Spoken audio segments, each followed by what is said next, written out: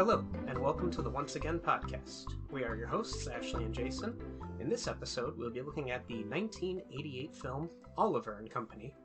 In this series, we won't be doing a deep analysis of the film or giving a bunch of behind-the-scenes facts, but rather giving our impressions of the overall film and the songs from the film. We'll also be giving a score to the film and ranking the songs. So, why should we worry? Why should we care? Just sit back, relax, and enjoy this episode full of street savoir-faire. I apologize. I love you so much. I apologize to the audience for that. I'll try not to subject you to my singing anymore. But I just had to do it for this one. And before we dive into the facts about the episode and everything, or about the movie, I just want to say we're going to be releasing the Disney movies that we did kind of out of order because I incorrectly made a list and thought that The Brave Little Toaster was going to be our 100th episode. But it turns out this is going to be our 100th episode, so happy 100th episode! Yeah, can you believe that we did 100 episodes? No. Yeah, I mean, there were 22 episodes of Once Upon a Time, I believe, in season 1. But it's crazy to think about, we did 78 other episodes, and we have done this for a while now. Yeah, and I was looking at our episodes recently, the most downloaded ones. Still, the Santa Claus is number 1 by far. That's why Tim Allen Month will be living on strong for us. But then it's Fantastic Beasts, and I'm trying to remember. Peter Pan was in there too, which I found very strange. But it was basically all the movies that we've shit on and said how bad they were. And I was like, oh, when we don't like things, people like to listen to that. I'm like, maybe we need to start doing terrible movies and stuff. And I didn't know, but B-rated movies. Yeah, exactly. This movie was shit. I saw this one movie in, I want to say 2006, 2007, around there. It was when Blockbuster was still a thing. Oh. Yeah, me and my girlfriend at the time went to Blockbuster to go rent some movies. And we had just started dating. She was a new girlfriend and everything like that.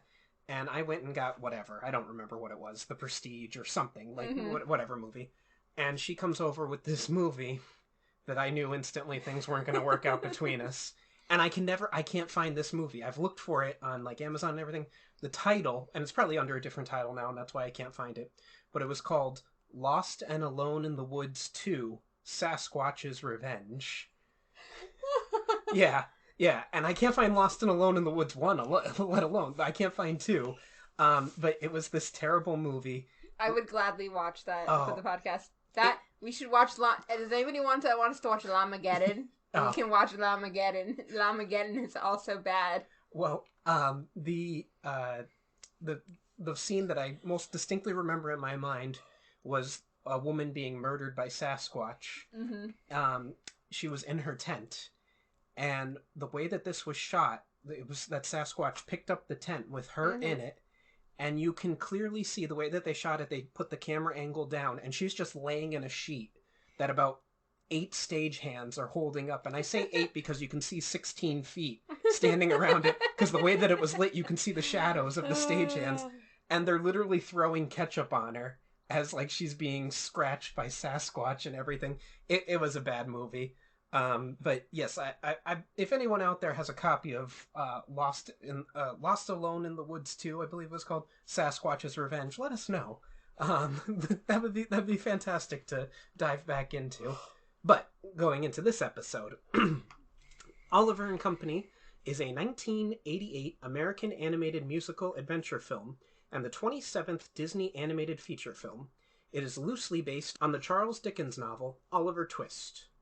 In the film, Oliver is a homeless kitten who joins a gang of dogs to survive in the streets. Among other changes, the setting of the film was relocated from 19th century London to 1980s New York City. Fagin's gang is made up of dogs, one of which is Dodger, and Sykes is a loan shark. Following the release of The Black Cauldron, Michael Eisner and Jeffrey Katzenberg, boo, held a pitch meeting with the animation staff, in which story artist Pete Young pitched the idea to adapt Oliver Twist with dogs. The pitch was quickly approved. You didn't laugh at me booing Jeffrey No, I Katzenberg didn't. this time. No. I left Michael Eisner alone because we kind of like Michael Eisner a little bit. Michael Eisner is okay. Yeah, he didn't pay people what they deserved, but aside from that, But he's alright. okay. Yeah. The pitch was quickly approved, and the film went into production under the working title Oliver and the Dodger. Given a budget of $31 million, or $77.7 million today, the film opened on November 18th, 1988, which happened to be the same day as Don Bluth's The Land Before Time, and the 60th anniversary of Steamboat Willie, and went on to earn a box office total of $121 million, or $303.5 million today. Yeah, I think they you can make an argument that they were releasing it on the 60th anniversary of Steamboat Willie, but I think they went after Bluth, and you'll know why in just a moment. Oliver and Company would go on to outgross The Land Before Time on their opening weekend, with $53 million compared to $46 million. Oliver and Company would also become the first animated film to gross $100 million worldwide during its initial release. Can I just say that's wild to me as somebody that, like, I like Oliver and Company, but, like, I was a big Land Before Time person, so I'm like, Tree Stars didn't win out compared to the Cats and the Dogs. What? Listen, I think a lot of people at the time were not ready for Don Bluth's sad, horny movies. Like, nowadays we can... Nowadays, we can appreciate the sad horniness, but especially in the 80s, they weren't ready for the sad horniness. They just wanted standard Disney stuff. Despite its financial success, Oliver and Company was panned by the critics. On the television program Siskel and Ebert, Gene Siskel gave the film a thumbs down, stating, "When you measure the film to the company's legacy of classics, it doesn't match up. As he complained, the story is too fragmented." Roger Ebert gave it a marginal thumbs up, as he described the film as harmless and inoffensive. It was also the first to be released as part of the brand new schedule requested by Katzenberg, which called for a new animated Disney film to be released every single year, similar to Walt Disney's intentions for his animated features during the 1940s. The film was re-released in the United States, Canada, and the United Kingdom on March 29th, 1996. Interestingly enough, this re-release coincided with the release of All Dogs Go to Heaven 2, another somewhat Don Bluth film. Don Bluth did the first one, but not the second one, but he still got money from it because he created the characters and everything. So I kind of feel like every time that Don Bluth was releasing a movie, Disney was like, bury him!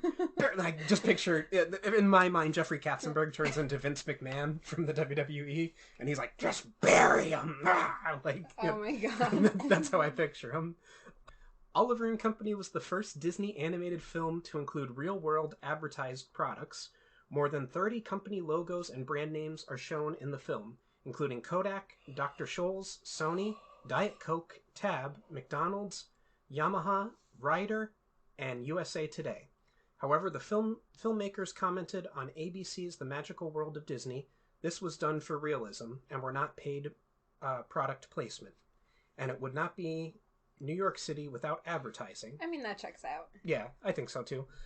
Instead, Katzenberg urged the marketing campaign to focus on the classic Dickens novel and the pop score, and the promotional tie-ins included Sears, which produced and manufactured products with themes inspired from the film, and McDonald's, which sold Christmas musical ornaments based on Oliver and Dodger, and small finger puppets based on the characters for a Happy Meal.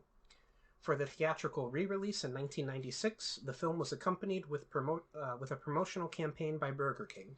Okay, I need to talk about the Christmas musical ornaments, because I had Dodger for, ever, and Dodger lives on my tree. He is old, ratty, and does not sing, "Why should I worry?" anymore. He just kind of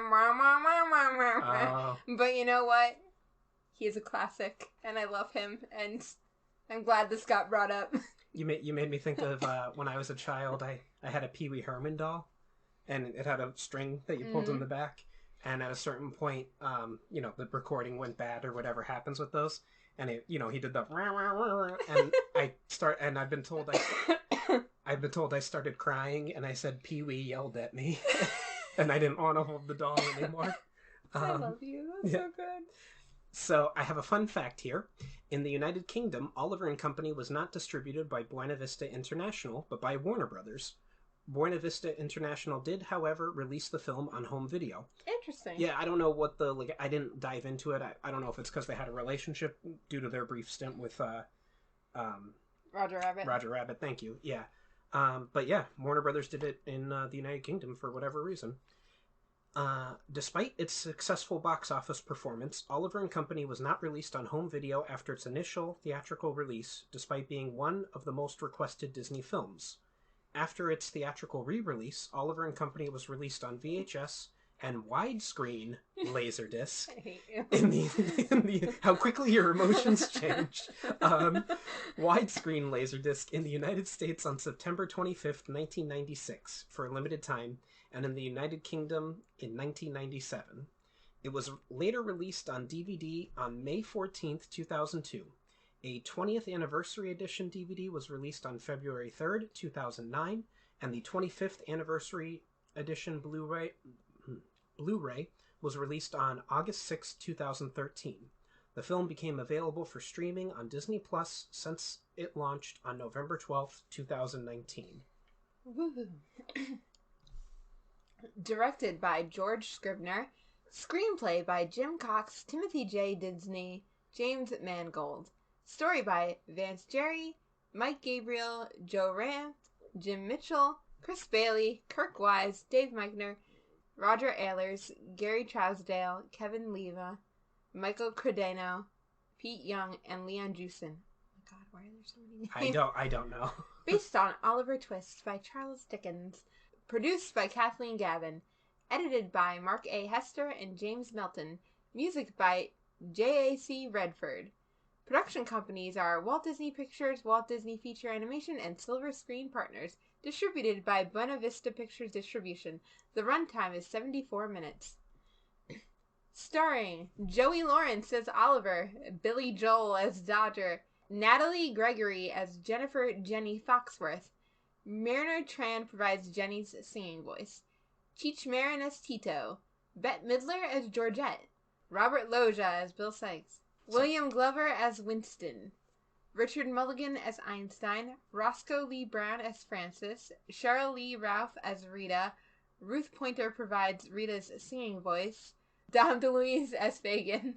Yeah, a lot of names this time. I'm sorry about that. And for some reason, it's the Mandela effect or someone got this in my head sometime. I always thought with this movie, up until putting these notes together, that Billy Joel was only the singing voice of Dodger. Yeah, I thought that too. And then I was like, wait a minute. And I thought Bruce Willis was the voice.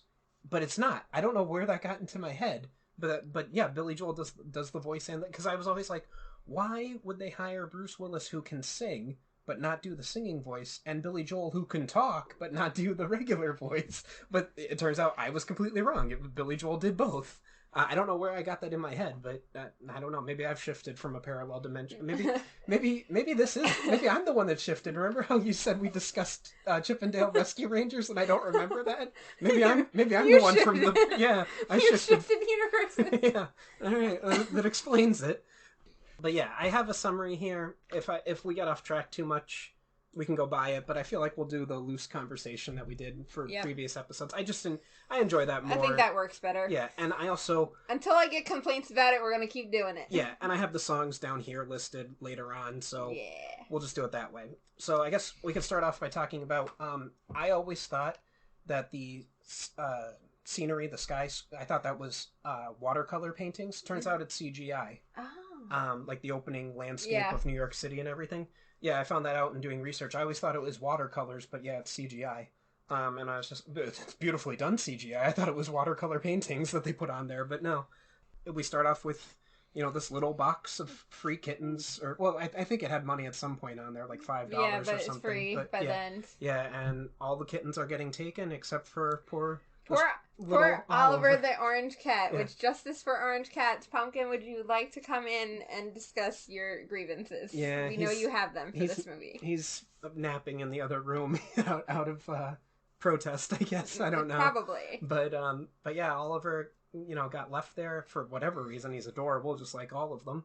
I know, how And dare. yeah, and eventually, It's raining. yeah, he finally manages to escape the box when it falls apart from being so wet and from being filled up with rain, and almost ends up in a sewer pipe, but manages to Almost ends escape up that. getting eaten by dogs. Yeah. Like, literally anything that could happen almost happens to this poor little cat. Yeah, and takes refuge underneath this truck, and which was very clever of him, I have to say. Pretty good survival instincts there.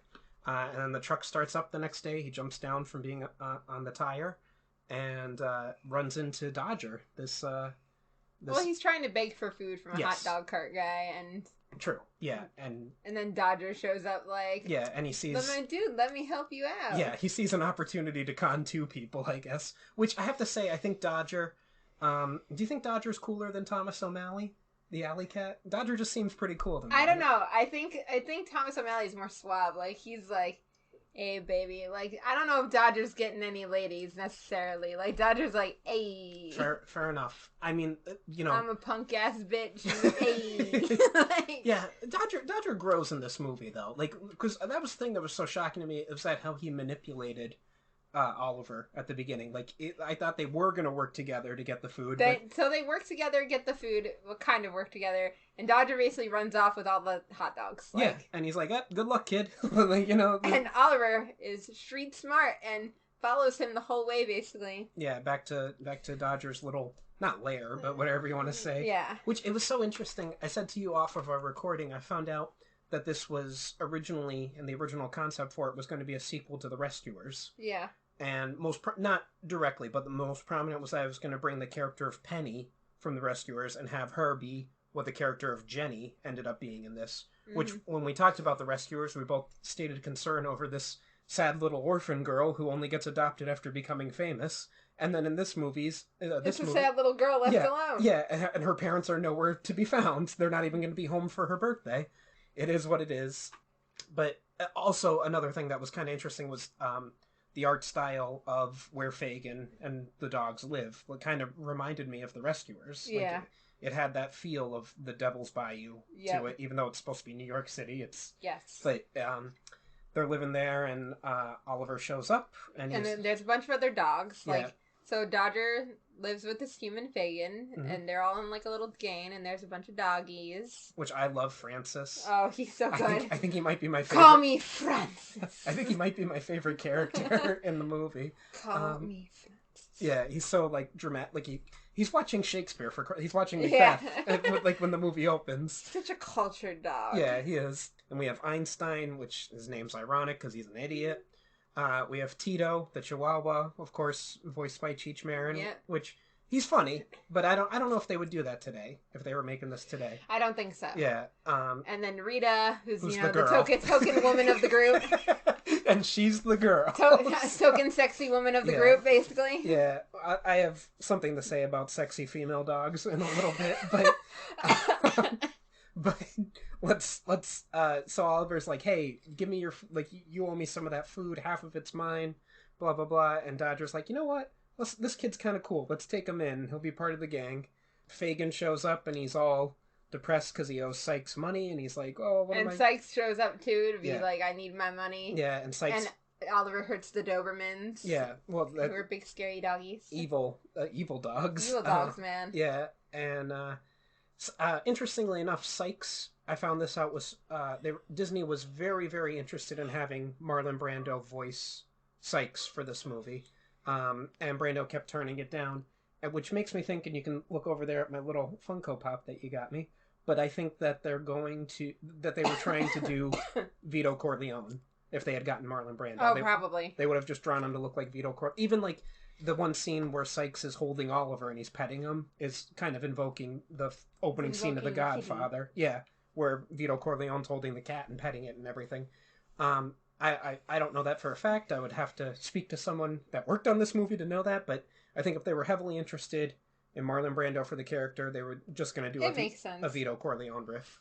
But Fagin owes Sykes money. We don't know exactly how much, but presumably a lot of money. Mm-hmm. And he gives him 3 days to come up with it, or he's going to kill him. And, which I do love Fagin being, because Sykes says 3 days, 3 nights, or 3 sunrises, 3 sunsets, 3 days. And Fagin's like, 3 sunrises, 3 Sunset's 3 days. 9? You're giving me 9 days? And he's like, no. Fagin, 3. Like, Fagin is not smart. No. And also the dogs try to, like, help Fagin by stealing something. It doesn't work either. Yeah. Like, that's kind of what the dogs have been doing. Well, they steal garbage. Yeah, they like, steal garbage, but they're trying to get good stuff so that he can make money, you know? Yeah. But Fagin loves the dogs, which I think is a departure from the Oliver Twist story. I believe Fagin's cruel to the children that he has working for him, and I've never read Oliver Twist. And then it's Dickens, so I can just assume rich people suck and the government needs to do something about poor people, because that's every Dickens story. And then he's into Oliver. He's like, yeah, Oliver, we've never had a cat in the gang. Yeah. Gang. Yeah. And the gang comes up with a plan. I guess they were gonna steal that car. The next, I don't really know what the plan was. They see I don't know what kind of car, like a limousine almost. Yeah. But a Cadillac, I'll say. Yeah. Was coming around the corner. They come up with this plan. They have Einstein run into it. He takes the blow. Then Francis lays down in front of the car and is being dramatic. Yeah. The driver, Winston, the butler, gets out and is like, oh no, I hit a dog. Then Tito and Oliver hop into it to hotwire it, which I guess they were going to steal the car. But Tito gets fried and shot out of the car. And then Winston gets back in, and Jenny is in the back of the car, and she sees Oliver, and she's like, oh, this cute kitty, I love it so much, and is going to take care of it and everything. And Winston all the way home is with her, and is like, no, you can't keep the cat, it's a stray, blah, blah. And she's like, no, I want it, blah, blah. And eventually Winston kind of comes around to it. And then she calls her parents, and they're like, yeah, I can keep Oliver. Yeah, exactly. And Jenny prepares him a disgusting-looking dish, but he's eating it. Yeah, he's eating it out of Georgette's bowl. Oh yes, and Georgette. We get introduced is a very to Georgette, fancy doggy. Yeah, the most extra, voiced perfectly by Bette Midler. Oh, definitely. We haven't talked about the songs yet, but I even love her song. Like, she does Perfect as Me. Yeah, love. And she does the howls and stuff like that. And I guess when they were coming up with this, they said, "Hey, Disney animators, make a dog that every other dog in the city wants to like, I'm gonna censor that, but make a dog that just sends every other dog into a frenzy the moment that they see it." And that's Georgette. And she loves being perfect. Like, she's like, and she hates the idea of sharing her humans. Yeah. And she doesn't like Oliver just on the get. Yeah.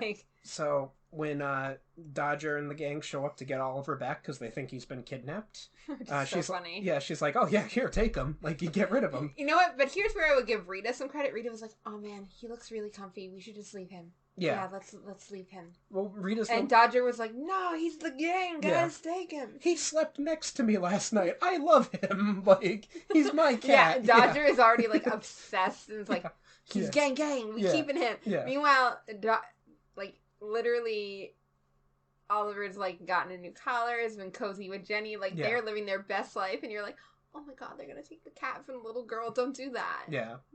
And they do, and they end up back at Fagin's hideaway. And Oliver is upset. Yeah. Like, but I had a home. Yeah. And they're all like, what, we're not good enough for you? And I'm like, he only knew you for, like, a day. Yeah, and then a little girl kidnapped him. Yeah, and a little girl kidnapped him. Like, dude, of course you guys don't matter. Yeah. He is not one of the gang. You've known him for a day. You're acquaintances at best. Yeah. Fagin comes back and he sees that Oliver has this fancy collar and it's got the address, I believe, on there, and he's like, "Oh, a rich family had him. Well, I'm gonna send a terribly written letter ransoming Oliver to get him back." Dear, very wealthy man. Yeah. Give me money to have your cat. Which it would only work. It only works because a little girl finds it. Like, if an adult had found this letter, they would have either thrown it away or called the police. like a dumb man. Yeah, a dumb man. So Jenny finds the letter, and she takes Georgette, and they go to, the docks. The docks to find Oliver, and she brings her piggy bank. Yeah. And then Fagin sees her, and he's like, yo, why are you here, little girl? Like, this is not safe. And she's like, I'm here for my cat. Yeah. And Fagin's like, oh. And Fagin's heart grows 3 sizes that day. And he's so mad. Yeah. And he, like, fakes finding Oliver in a box. Like, is this your cat? I just happened to find it over here. Yeah. Like, Fagin, no one's believing you. But, of course, Sykes is nearby. Yeah, well, Fagin told him the plan that he was going to get the money from this rich family. So Sykes shows up, and Sykes has the real plan of kidnapping the girl when he sees her. He's like, no, you idiot, not the cat. You kidnapped the little girl. And does that. And Fagin and Dodger and Oliver and the gang go to get Jenny back. And they break into Sykes' little warehouse that he has there. Which this movie also, interestingly enough, Sykes has a gun. And it said a fun fact about it. I don't know if it's a fun fact, but an interesting fact is that this was the first time a modern handgun was drawn in a Disney movie. Anytime that they had guns, it was, old style revolvers or something. But yeah, it was the first time a modern style shotguns. Yeah, yep. A modern handgun was drawn in a Disney animated film. Ooh. And so they managed to get Jenny back, but Sykes is following them, and he's going to basically kill them all. And he pulls a Cruella de Vil and chases them around in his car. Yes. And eventually, like, Jenny's, like, halfway on his car. Fagin's, like, trying to save her. Oliver is also trying to, like, save her. Oliver tries to save her, and then he gets stuck with the Dobermans. Yeah. And then Dodger goes after him.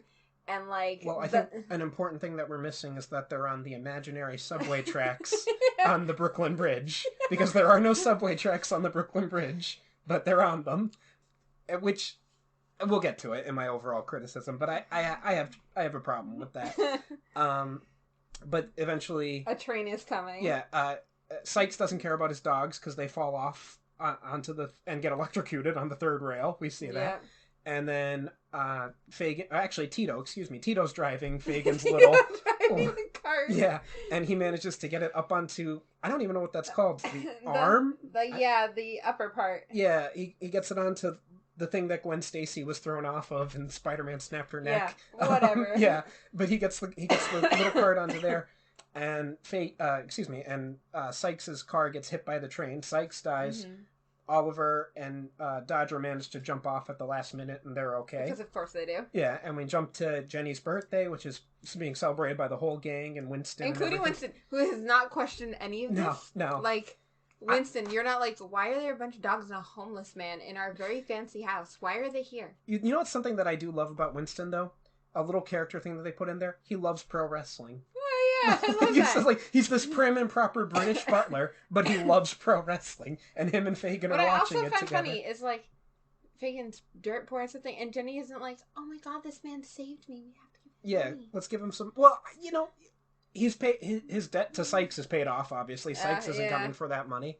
So I don't know if Fagin's the kind of guy that necessarily wants things. You know what I mean? Like, he just... And to be fair, he did kidnap the cat first. Yeah. Well, he just seems to be happy to have his dogs and everything. Like, he doesn't seem to really want, like, he's not going to kidnap Jenny now. He brings her back, presumably, and everything. Like, but then they celebrate Jenny's birthday, and then the gang leaves, and Dodger says to, Oliver, hey, we should hang out again sometime. And then, we'll save a spot for you in the gang. And then there's never a sequel or anything to this ever again. And that's pretty much the plot of the movie. Is there anything else you want to talk about the plot, or should we dive into the songs? I think Tito and Georgette's relationship yes. is like, Georgette's like obsessed with Tito by the end, and Tito's like, she's crazy, trying to dress me out and wash me, gotta get rid of her. Yeah, I love his little outfit that she put him in and everything, the little sailor outfit, and he has a little bow tie on his tail. But yeah, that is a funny little, because like, the way that their relationship, because he was like so obsessed with her at the beginning, and she wanted nothing to do with him, and then it flipped. It was pretty funny. But I have the songs here. The first one is Once Upon a Time in New York City. It's the opening credits song by Huey Lewis, and I wrote that it's a good song, but it's awkward animation because it's an upbeat song, but it shows the sad, and should say origin, but I have original, the sad origin of Oliver's story. Like, it's this upbeat song, but it shows this sad little kitten upbeat, but it's very, like, jazzy upbeat. Yeah. Like, I like it. I gave it a 7 out of 10. Yeah, which it's interesting, because they say Oliver in the song. Yeah. But actually, the cat isn't named Oliver until the third, a little fact I found out, until the 33rd minute of the film. Is the first time someone calls him Oliver. Then we have Why Should I Worry, which is obviously... Oh, I gave a 6 out of 10 to the opening song. I'm sorry. Did you give it a score? Yes, I did. Okay. All right. Then we have Why Should I Worry, sung by Billy Joel. And it's the song that everyone remembers from this movie, and it's sung by Billy Joel, so bonus points, I gave it a 9 out of 10. Same, 9 out of 10. Yeah. Why should I worry? Yeah, it's Why in all... should I care? If this isn't on your Disney playlist, you're wrong. Well, it's in all the marketing for this and everything. Like, if you remember the commercials, you remember this song. It's also... a nitpick I have is that they got Billy Joel, who at the time was, like, the third most famous artist in the world. Like, you had, like, Michael Jackson and Madonna, who were arguably more famous than him. And he sings one song. Like, if they did this... I don't know who's equivalent to Billy Joel today. Because there aren't really, like, single male artists nowadays. Harry Styles, if you want to, like... Harry Styles, Ed Sheeran, John Mayer, like... I guess it... like, but if they would have them sing the whole thing. Yeah, yeah. He wouldn't just have one song and then a reprisal at the end. Like, it would be every song. I just don't understand why that was the way that it was. And then we have Streets of Gold, sung by Ruth Pointer. That's, what the heck, the female dog that we were talking about. Rita. It's Rita's song that they sing, like, when they're getting ready to rob the limo or steal the limo, whatever it was that they were going to do. I wrote that it's a short song, but one with a striking difference between the singing and talking voices of Rita, and I gave it a 6 out of 10. Yeah, it was odd. With the differences, I gave it a 5 out of 10. Okay. Then we have Perfect Isn't Easy, sung by Bette Midler, and it's Georgette's introduction song. I put OK Song, probably the second most memorable from the film, and I gave it a 7 out of 10. I gave it a 6 out of 10. It's a good song, I mean.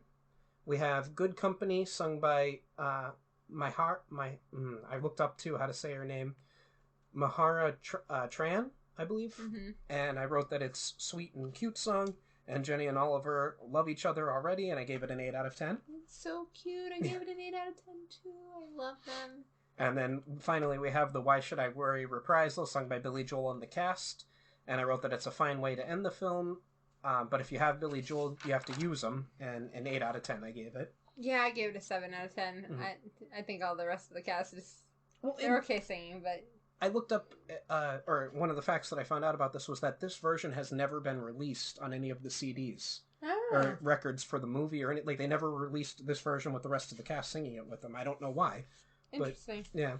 What legality reasons are we not doing that, huh? Yeah. Oh, you can't have Cheech Marin singing in a song or so. I don't know. I'm just making things up. But I have some trivia here.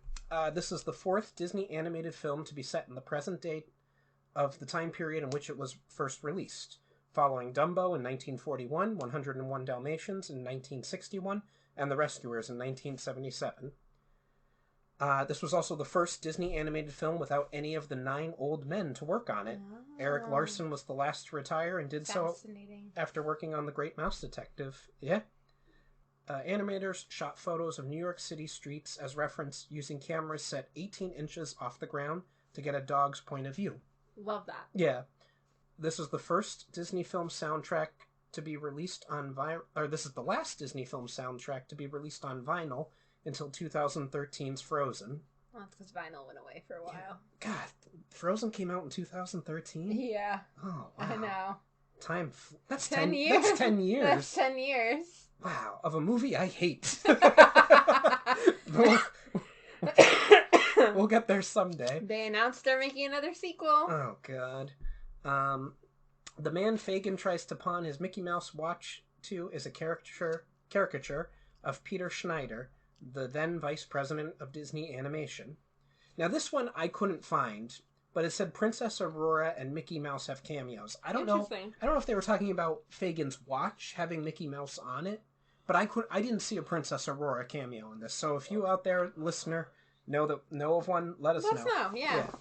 And when Oliver wakes up after sleeping on the truck tire, he sees people crossing past the alley where he slept.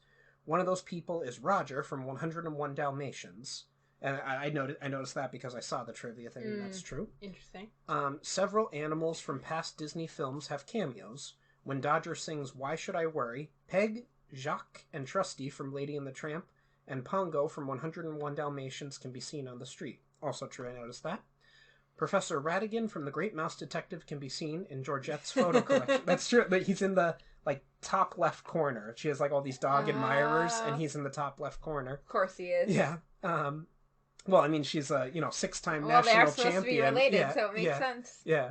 And though not owned by Disney, their competition from Warner Brothers, Scooby-Doo also appears in the photo collection. That one I didn't notice.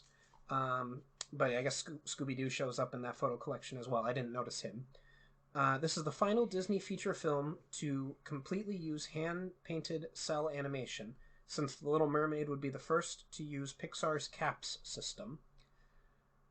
This is one of the few Disney animated feature films that has not been edited anyway as a result of the terror attacks on the World Trade Center Twin Towers on September 11, 2001, as the buildings still remain in the film during the opening song Once Upon a Time in New York City and in the closing shots of Manhattan at the end of the reprise of Why Should I Worry, which I think, if you're setting it in the 80s, it came out in the 80s, it's set in the 80s, they were there in the 80s. Like, we shouldn't go in. I don't like when movies go in and remove them.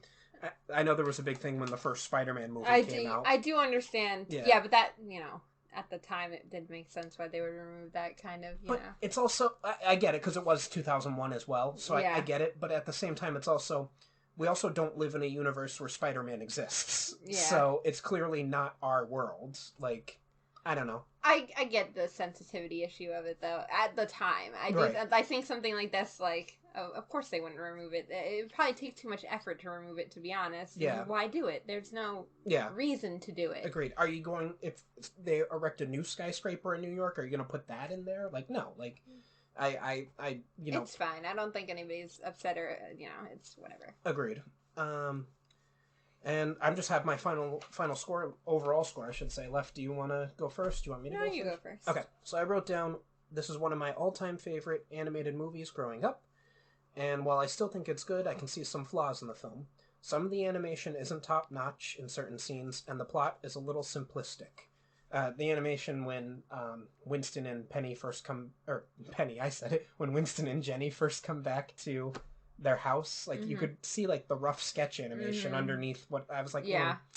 And like I said, the plot is a little simplistic. For example, the climactic chase scene. Why would Sykes chase after Fagin and Jenny onto the subway tracks? Because it's a Disney movie and we need the villain to chase after the heroes. Like, that's, logically, he would not drive his car onto the subway. But whatever. Yeah. I also feel that if it was made today and you had someone at Billy Joel's level playing Dodger, he wouldn't sing only one song in the film, two if you consider the reprisal a separate song. All in all, I'm going to give Oliver and Company a 7.5 out of 10. It's good and simple fun, but the characters could have been more fleshed out. Yeah, I agree with you. The characters definitely seem very, like, one note. Like, yeah, Dodger has a lot of growth, but it almost doesn't feel earned. Like, nothing really, like, everything happens so quickly. Like, this isn't like, oh, this story takes place in, like, 2 weeks or something. It's like a day. Yeah. Like, it's crazy that that's how long it takes for all this to happen. Like, a day or two at most. Yeah. And then, I agree with you, like, having Billy Joel and Bette Midler. Like, you have all these, like, powerhouses, like, do something with them. Agreed. Like, why didn't they have a duet or something? Like, right? Imagine. Yeah. I don't know. Or, like, not even, but, like, have them both do more. Like, have Bette Midler and have Georgette and Tito have a song. Like, do something. Like, there's so many options. I gave Bette Midler a pass just because the Hocus Pocus movies only have her singing one song. But, like, yeah, I agree. But it's a Disney animated film. Yeah. Is the difference. Yeah. But yeah, I gave it a 7 out of 10. Okay. Well, this has been the Once Again Podcast. Any questions, comments, or critiques can be addressed to our email at onceagainpod@gmail.com. Follow us on our social media accounts, Once Again Pod, all one word, on Twitter, Instagram, and TikTok. If you'd like to contribute to the podcast, we have several tiers available on patreon.com/onceagainpod. As always, a like, follow, or share would be greatly appreciated. Thank you and have a wonderful day. And remember, we will entertain you. We will always entertain you.